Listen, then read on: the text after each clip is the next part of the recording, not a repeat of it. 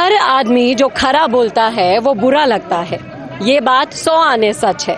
हनुमान बेनीवाल भी जब भी खरे बोलते हैं वो लोगों की आंखों में खटकने लग जाते हैं, इसीलिए उनकी पीठ पर छुरा घोंपा जाता है। उनके ही लोगों को रातों रात पार्टियां चेंज करवा दी जाती है। उम्मीदराम बेनीवाल की बात मैं यहाँ पर कर रही हूँ। आखिर क्यों हनुमान बेनीवाल को बार बार धोखा मिलता है, क्या बदलना पड़ेगा हनुमान बेनीवाल को, जानते हैं। आइए, मेरे साथ बहुत सारे युवा लोग मौजूद हैं।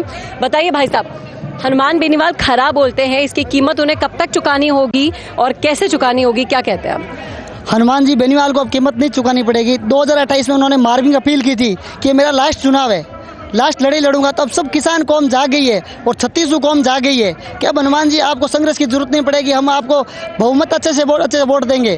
और जो बोलते हैं सच्चा आदमी होता है, उस सच्चे को आंच नहीं है। अब हनुमान जी बेनीवाल को हर तबके से सपोर्ट मिलने लगे है।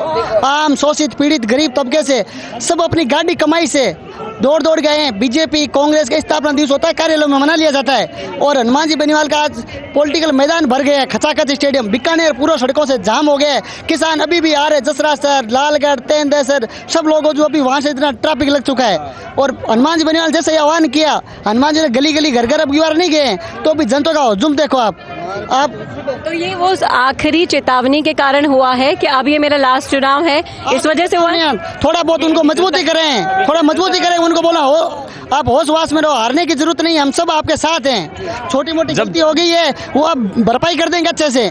और हनुमान जी बेनीवाल की रणनीति के साथ चुनाव लड़ेंगे तो उनको अब की बार सत्ता की चाबी हनुमान बेनीवाल के पास रहेगी। उनको उनके दरवाजे पे जाना पड़ेगा मंदिर में धोखा लगाने के लिए। बेनीवाल साहब आप आइए, आप सत्ता का आप गेट खोलिए। आप पीठ में छुरा घोंपने वाली बात कर रहे हो, उसमें अब जनता समझ चुकी है। अब नेताओं के हाथ में नहीं है कुछ भी छुरा घोंपना, अब जनता समझ चुकी है, उन नेताओं के पीछे नहीं चलेगी। अब उम्मीदराम बेनीवाल कठपुतली बनकर रह गए हैं कांग्रेस में। क्या लगता है आपको कि अब जो युवा ब्रिगेड बनाई है हनुमान बेनीवाल ने, जी हनुमान बेनीवाल है, राजस्थान में सबसे बड़ा नेता हनुमान बेनीवाल है।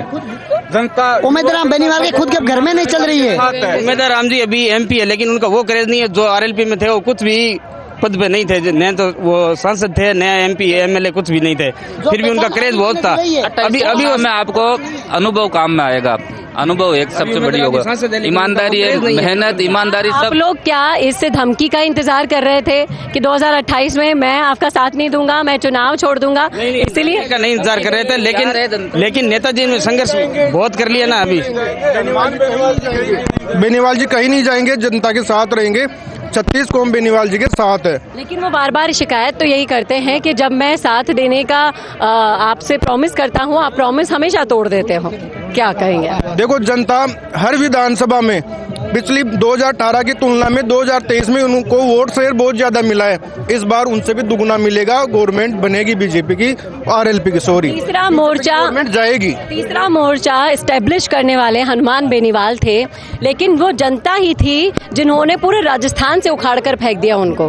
क्या कारण बताएंगे आप इसका? तीसरे मोर्चे पर बाप पार्टी आकर बैठ गई। देखो, बीजेपी और कांग्रेस के जो पुराने मठाधीश जो नेता है, नए युवाओं को पनपने नहीं दे रहे। सबसे मोटा कारण तो यही है। बेनीवाल जी ने युवाओं को उठाया है, युवा नेता बनाए हैं बेनीवाल जी ने, और हर बार चुनावों में युवा बढ़ते ही जा रहे हैं वोट शेयर के मामले में। क्या लगता है कांग्रेस में पायलट जो युवा नेता बोले जाते हैं 50 के आसपास पहुंच गए हैं, वो अपनी बुजुर्ग अवस्था में आने वाले हैं, लेकिन हुआ कुछ नहीं। वो तो बूढ़े नेता है, पायलट को युवा नेता थोड़ी है।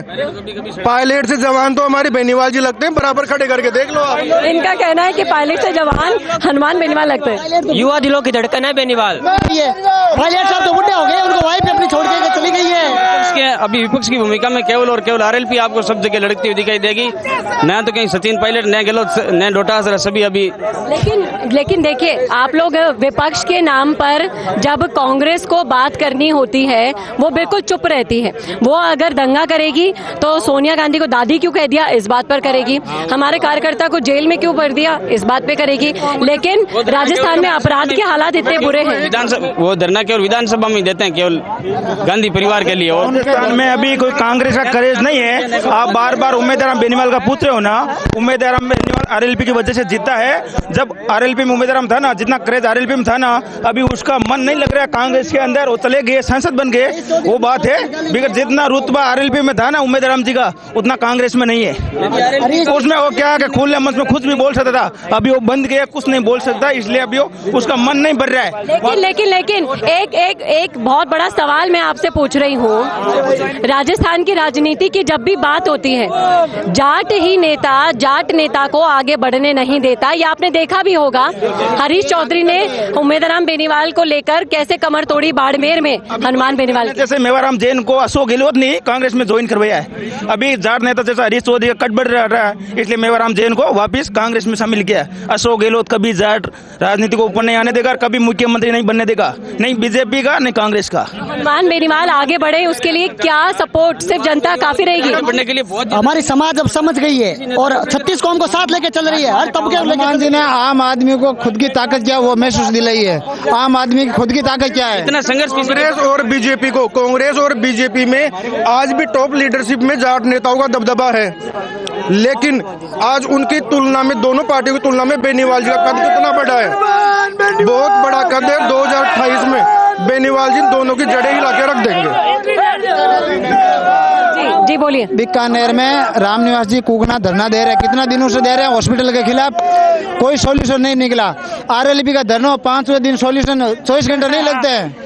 आज रामनिवास कुकना कितना दिन से धरना दे रहा है, कोई कांग्रेस नेता नहीं गया उधर, कोई सपोर्ट में नहीं गया। आरएलपी का धरना दो तो 24 घंटे में न्याय मिलता है। हनुमान जी को खुद को आने की जरूरत नहीं है, खुद कार्यकर्ता खुद खर्चा कर गए। हमारी हम आज के नाम से घबराती है, उनको न्याय देना पड़ता है, न्याय लेके उठते हैं नेताजी। अपने आप आई भीड़ है, अपने खुद के दम पर आई है। कांग्रेस बीजेपी वाले पैसे लगाते हैं, बसें भेजते हैं, खर्चा करते हैं, तो अभी इतनी भीड़ नहीं आती। हम खुद के पैसे जाते हैं, इतना बड़ा जुनून है इस नेता में। वो हमें विश्वास है कि हमारे लिए रात और दिन एक करने के लिए तैयार है नेता। इसके तो देखा आपने, सुना आपने कि क्यों हनुमान बेनीवाल को इतना पसंद कर रही है जनता। हनुमान बेनीवाल न्याय की गारंटी बन चुके हैं। और क्या कहते हैं आप इस मुद्दे पर, रखिएगा कमेंट बॉक्स में। कैमरामैन करण के साथ चेतना शर्मा। भारत का सबसे तेजी से बढ़ता हुआ डिजिटल न्यूज चैनल, जिसका परिवार 4,17,000 लोगों से भी ज्यादा बढ़ रहा है, वो संवाद न्यूज चाहता है हर जिले और हर राज्य में मीडिया पार्टनर्स। तो अगर आप बनना चाहते हैं संवाद न्यूज के पार्टनर्स, तो कांटेक्ट करें नीचे दिए गए नंबर्स पर। इसके अलावा अगर आप वीडियो एडिटर बनना चाहते हैं या फिर न्यूज इंडस्ट्री में बतौर इंटर्न सब सीखना चाहते हैं, तो संवाद न्यूज के जयपुर हेड ऑफिस में काम करने के लिए संपर्क करें स्क्रीन पर दिए गए नंबर पर।